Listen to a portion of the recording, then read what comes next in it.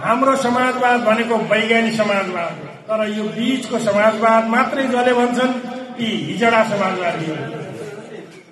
त्यसकारणले उनीहरूले वास्तवमा चाहिँ के गरिरहेका छन् भने हिजडा समाजवाद भए हुनाले कोटिच्याउले आकाश खाने भने जस्तै त्यसरी हुँदैन। त्यसकारणले आदरणीय जनसमुदाय अर्को हेर्नुहोस्, पार्टी अलग अलग बनाइदियो अदालत उहिराखेको हुनाले पार्टी अलग अलग भयो। के भाइ एमालेको चाहिँ केपी ओली तिमी एमालेमै जाऊ भनेर छोड्यो, नेकपा बनाएको थिए नि उनीहरू। केपी ओली र प्रचण्डले एउटै पार्टी बनायो, अलग अलग राख्ने को अदालत होइन। ए भाइ प्रचण्ड तिमी माओवादी केन्द्र हिजो जे बनाएको थियो त्यही जाऊ भन्नु, यस्तोसम्म गर्दा रहेछ। त्यसकारणले आज अदालतले के गर्छ भने यो विभिन्न मुद्दाहरू लगाइएका चाहिँ अपराधी भनेर लिएका हुन्छन्, जो निरपराधी हुन्। अदालतले कहिल्यै ती अपराधी कहाँ भएका हुन् त्यसको खोजबिन गर्दैन। पुलिसले कुटेर जे कायम गरेको छ, जे लेखेको छ त्यही मानेर अदालतले फैसला गर्छ। त्यसकारणले आदरणीय दाजुभाइ तथा दिदीबहिनीहरू, यति बेला हामीले 6वटै अङ्ग परिवर्तन नगरिकन नेपालमा नयाँ जनवाद र वैज्ञानिक समाजवाद प्राप्त हुन सक्दैन। न नयाँ जनवादी क्रान्ति हुन्छ, न वैज्ञानिक समाजवाद हामीलाई प्राप्त हुन्छ। त्यसकारणले हामीले सेना परिवर्तन गर्नै पर्दछ, सरकार परिवर्तन गर्नै पर्दछ। सेना परिवर्तन गर्ने भनेको सबै मार्ने होइन, ती घुस खाने, ती हाकिम भएका सबभन्दा चाहिँ बिग्रेका छन् तिनलाई रूपान्तरण गर्ने, तिनलाई सकेसम्म चाहिँ विचारले रूपान्तरण गर्ने। विचारले रूपान्तरण गएन भने बलले रूपान्तरण गर्ने।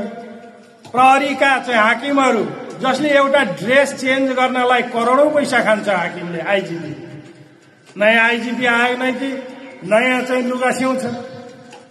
एमाले माओवादी केन्द्रले समाजवाद मात्रै भनिरहेका छन्, नेपाली कांग्रेसले प्रजातान्त्रिक समाजवाद भनिरहेको छ। नेपाली कांग्रेसको समाजवाद पुँजीवादी समाजवाद हो, त्यो बारेमा उहिल्यै मार्क्सले घोषणा पत्रमा भनिसक्नु भएको छ। त्यसकारण उनीहरूको लाइन क्लियर छ, पुँजीवादी हो उनीहरूको लाइन। र अर्कोतिर हाम्रो समाजवाद भनेको वैज्ञानिक समाजवाद हो, तर यो बीचको समाजवाद मात्रै जसले भन्छन् ती हिजडा समाजवादीहरू। त्यसकारणले उनीहरूले वास्तवमा चाहिँ के गरिरहेका छन् भने हिजडा समाजवाद भए हुनाले उनीहरूले कहिले हँसिया हतौडामा भोट हाल्नेले रुखमा भोट हालिरहेको छ र चाहिँ रुखमा भोट हाल्नेले हँसिया हतौडामा भोट हालिरहेको छ। सूर्यमा भोट हाल्नेले रुखमा भोट हालिरहेको छ, अनि सूर्यले पनि हँसिया हतौडामा भोट हालिरहेको छ। हो, यसैलाई हामीले हिजडा समाजवाद, यो न भाले हो न पोथी, त्यस खालको समाजवादीहरू छन्।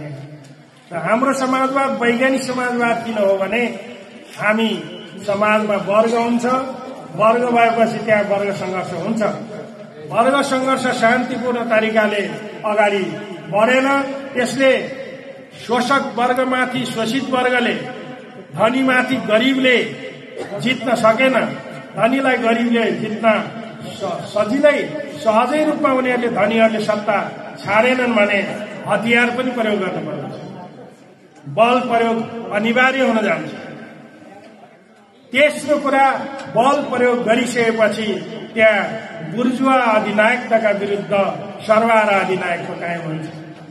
त्यसैले हाम्रो यो सरवारा अधिनायकत्वले जनतालाई के गर्दछ त भन्दाखेरि जनताहरूको बीचमा रहेको वर्ग विभेदको अन्त गर्दछ र त्यो वर्ग विभेद कायम गर्ने उत्पादन सम्बन्धको अन्त गर्दछ र त्यो उत्पादन सम्बन्धबाट उत्पन्न भएको सामाजिक सम्बन्धहरूको पनि अन्त गर्दछ र त्यो सामाजिक सम्बन्धबाट पैदा भएका विचारहरूलाई क्रान्तिकारीकरण गर्दछ। यसकारणले